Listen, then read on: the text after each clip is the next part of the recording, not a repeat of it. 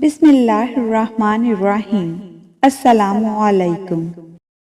میرے شوہر نے مجھ سے میرا آبائی گھر اپنے نام پر منتقل کروانے کے بعد مجھ سے اس وقت علیحدگی اختیار کر لی تھی جب میں 4 ماہ سے امید کی تھی۔ مجھے گھر سے نکالتے وقت میرے ہی جہیز میں آئے کپڑوں میں سے مجھے سر ڈھانپنے کے لیے فقط ایک دوپٹہ تک نہیں دیا گیا تھا۔ میرا آخری ٹھکانہ میری دوست ہیر کا گھر تھا جہاں مجھے پناہ مل گئی تھی، اور آج جب میں نے اپنے سابقہ شوہر کو ایک ایسے گندے تالاب سے پانی پیتے دیکھا جس کے دوسرے کنارے سے کتا پانی پی رہا تھا، تو میں نے گھر جا کر ہیر کے ہاتھوں کلمہ پڑھ کر مسلمان ہونے کی خواہش ظاہر کر دی تھی۔ یوں اللہ پاک نے ہدایت دی اور ہم دونوں ماں بیٹیوں نے اسلام قبول کر لیا تھا۔ میرا نام عائشہ ناز ہے۔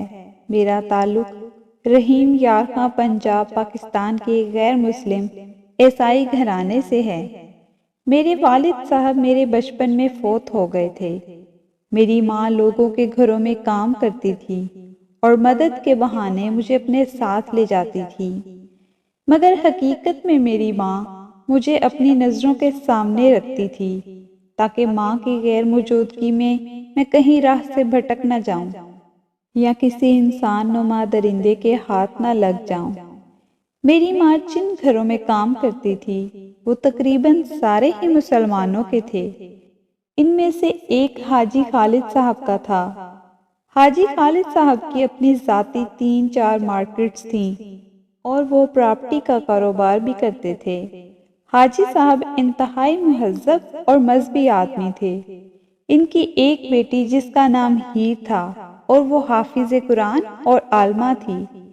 میری اس کے ساتھ دوستی ہو گئی تھی۔ ہیر مجھے اکثر اسلامی واقعات اور قرآن پاک کا ترجمہ وغیرہ بتاتی رہتی تھی۔ ہیر نے مجھے کئی بار اسلام قبول کرنے کی دعوت دی تھی، مگر میں نے ہیر کی بات نہ مانی، تو اس کے باوجود ہیر نے کسی قسم کے غصے یا رویے کا کوئی اظہار نہیں کیا تھا اور میرے ساتھ بالکل پہلے کی طرح رہی تھی۔ ہیر کی والدہ اور والد صاحب جن برتنوں میں خود کھانا کھاتے، اگر ان کے گھر کام کرتے وقت کھانے کا ٹائم ہو جاتا تو ہم کو بھی انہی برتنوں میں کھانا کھلاتے تھے۔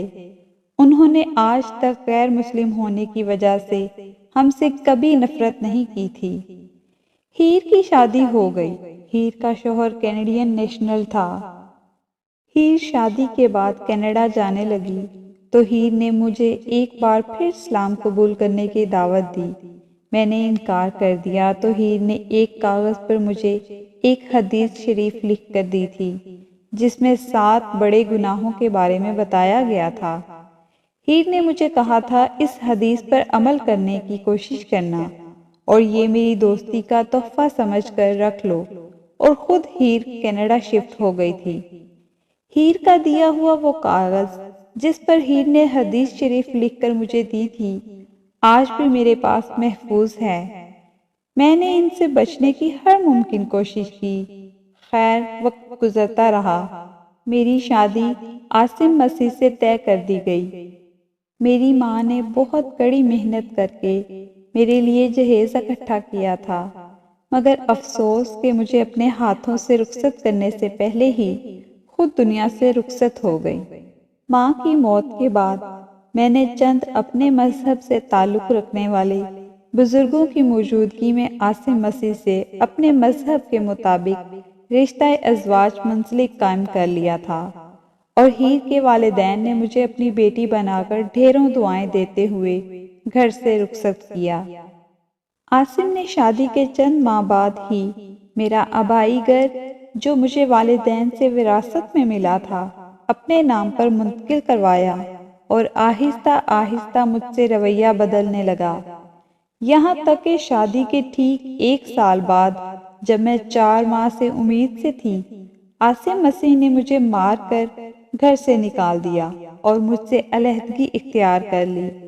مجھے گھر سے نکالتے وقت میری ماں کی کڑی محنت سے بنائے گئے جہیز کے کپڑوں میں سے ایک دوپٹہ بھی نہ لینے دیا۔ میرے پاس اور کوئی ٹھکانہ نہیں تھا تو میں ایک بار پھر ہیر کے والدین کی دہلیز پر آ بیٹھی۔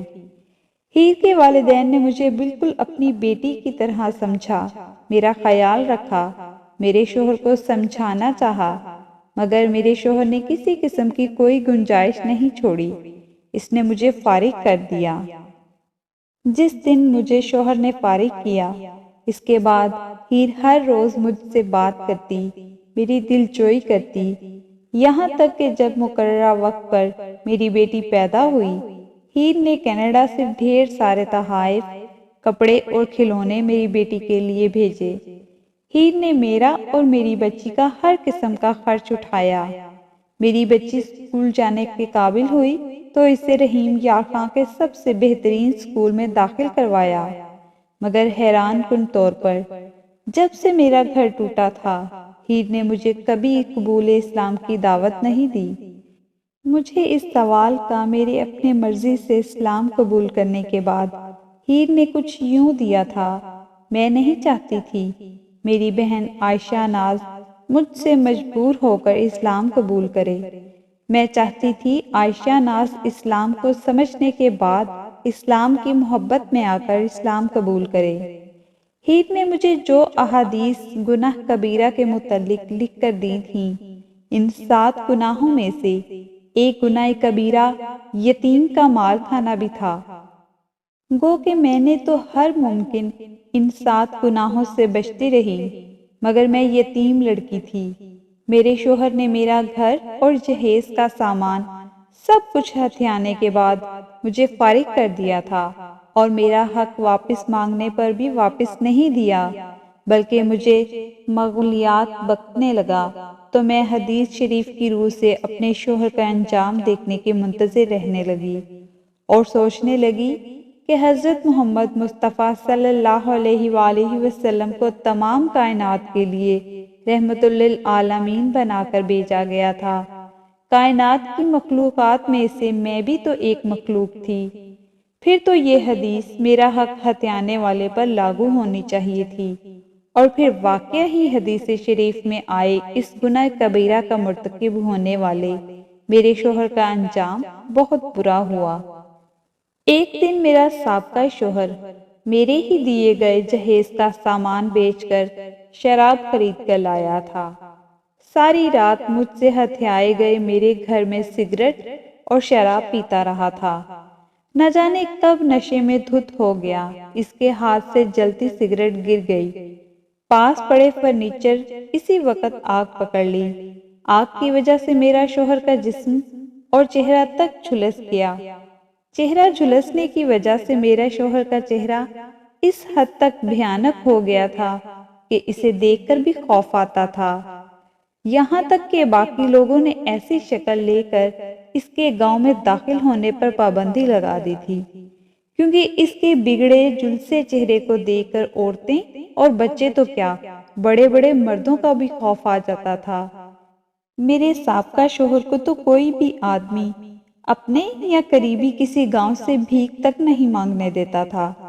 آج ہیر کے والدین گھر پر نہیں تھے تو میں کسی گام سے اپنے گاؤں کی طرف گئی تو میرا سابقہ شوہر ایک ایسے گندے تالاب سے پانی پی رہا تھا جس کے دوسرے کنارے پر کتا پانی پی رہا تھا۔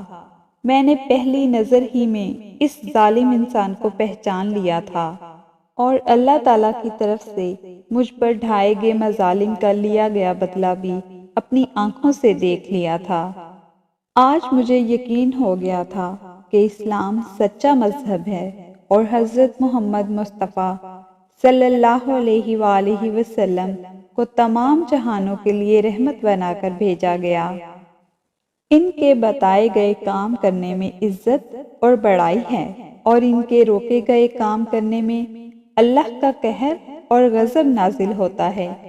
میں نے گھر واپس آتے ہی ہیر سے رابطہ کیا تھا اور روتے ہوئے ہیر کو کہا تھا کہ ہیر، مجھے اسلام قبول کرنا ہے۔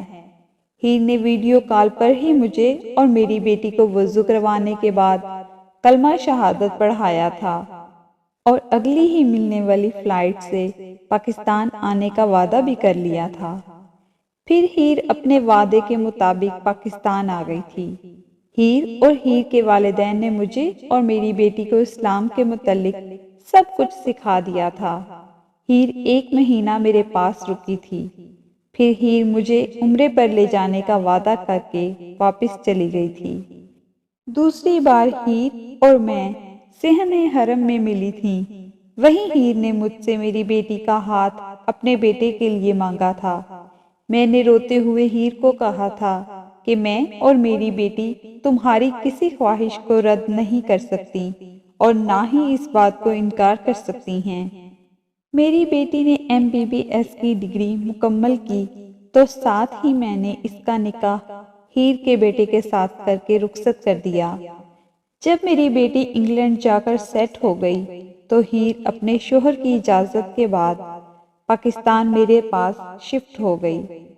ہیر آج بھی مجھے اسلام کے متعلق بہت کچھ سکھاتی رہتی ہے اور آج بھی ہیر مجھے ایسی احادیث اور آیات سناتی رہتی ہے جس میں برے کاموں سے منع کیا گیا ہے۔